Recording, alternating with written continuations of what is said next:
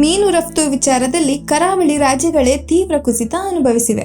ಕರ್ನಾಟಕ 3ನೇ ಸ್ಥಾನಕ್ಕೆ ಕುಸಿದಿದ್ದು, ಆಂಧ್ರಪ್ರದೇಶ ಹಾಗೂ ಗುಜರಾತ್ ಮೊದಲೆರಡು ಸ್ಥಾನದಲ್ಲಿವೆ. ಗೋವಾ ಮತ್ತು ಕೇರಳ ರಾಜ್ಯಗಳ ಮೀನು ರಫ್ತಿನಲ್ಲೂ ಇಳಿಮುಖವಾಗಿದೆ. ರಾಜ್ಯದ ಮೀನಿನ ರಫ್ತಿನ ಪ್ರಮಾಣ 2022-23ರಲ್ಲಿ 2984 ಲಕ್ಷ ಟನ್ಗಳಿಂದ 2023-24ರಲ್ಲಿ 2735 ಲಕ್ಷ ಟನ್ಗಳಿಗೆ ಇಳಿದಿದೆ. ಆಂಧ್ರಪ್ರದೇಶ ಮತ್ತು ಗುಜರಾತ್ನಲ್ಲಿ ಸಮುದ್ರ ಸಿಗಡಿಯನ್ನು ವಾಣಿಜ್ಯ ದೃಷ್ಟಿಕೋನದಲ್ಲಿ ಬೆಳೆಸುವ ಪ್ರವೃತ್ತಿಯಿಂದಾಗಿ ವಿದೇಶಗಳಿಗೆ ಹೆಚ್ಚಿನ ಮೀನಿನ ರಫ್ತು ಮಾಡಲಾಗುತ್ತಿದೆ.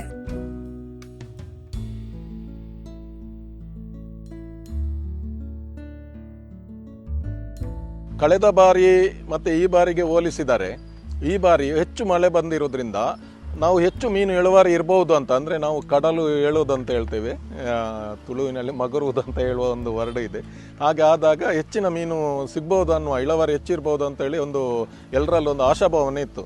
ಆದರೆ ಈ ಬಾರಿ ಏನಾಯ್ತು ಅಂದರೆ ನಮ್ಮ ಲೆಕ್ಕಾಚಾರಗಳೆಲ್ಲ ಈ ಬಾರಿ ತಲೆ ಕೆಳಗಾಗುವಂಥ ಪರಿಸ್ಥಿತಿ ಬಂತು. ಯಾಕೆ ಅಂತ ಹೇಳಿದರೆ ಅಲ್ಲಿ ಮೀನಿನ ನಾವು ಬೋಟ್ ಒಂದು ಕಳಿಸುವಾಗ ನಾವು ಜನವರಿ ಮತ್ತು ಡಿಸೆಂಬರ್ ಜನವರಿ 2 ತಿಂಗಳು ಮೀನುಗಾರಿಕೆ ಸಹಜವಾಗಿ ಕಮ್ಮಿ ಇರ್ತದೆ.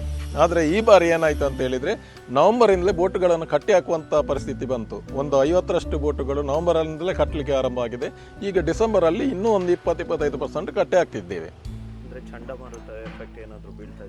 ಚಂಡಮಾರುತದ ಎಫೆಕ್ಟ್ ಇಲ್ಲ ಅಂತ ಹೇಳಲಿಕ್ಕೆ ಆಗುದಿಲ್ಲ. 2 ಟ್ರಿಪ್ಪಿಗೆ ಅದು ತೊಂದರೆ ಕೊಟ್ಟಿತ್ತು ಬೇಕಾಗುವಷ್ಟು. ಅಂದರೆ ಒಂದು ಬೋಟ್ ಹೋಗಿ ಅರ್ಧದಲ್ಲಿ ಹಿಂದೆ ಬರುದು ಅಂತ ಹೇಳಿದ್ರೆ ಅದು ಕೂಡ ನಮಗೆ ಒಂದು 3 ಲಕ್ಷದಷ್ಟು ನಷ್ಟ ಆಗುವಂಥದ್ದೇ ಅಲ್ಲ.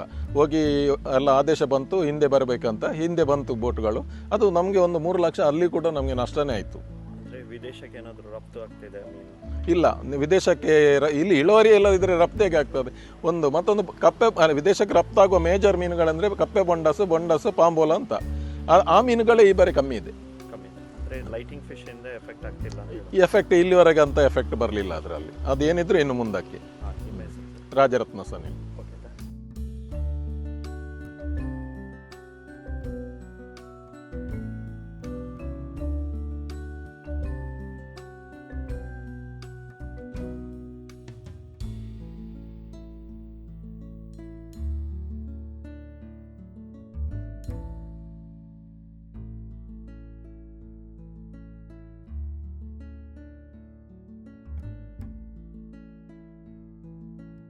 ಆಂಧ್ರಪ್ರದೇಶ 2022-23ರಲ್ಲಿ 3870 ಲಕ್ಷ ಟನ್ ಮತ್ತು 2023-24ರಲ್ಲಿ 4272 ಲಕ್ಷ ಟನ್ ರಫ್ತು ಮಾಡಿದೆ.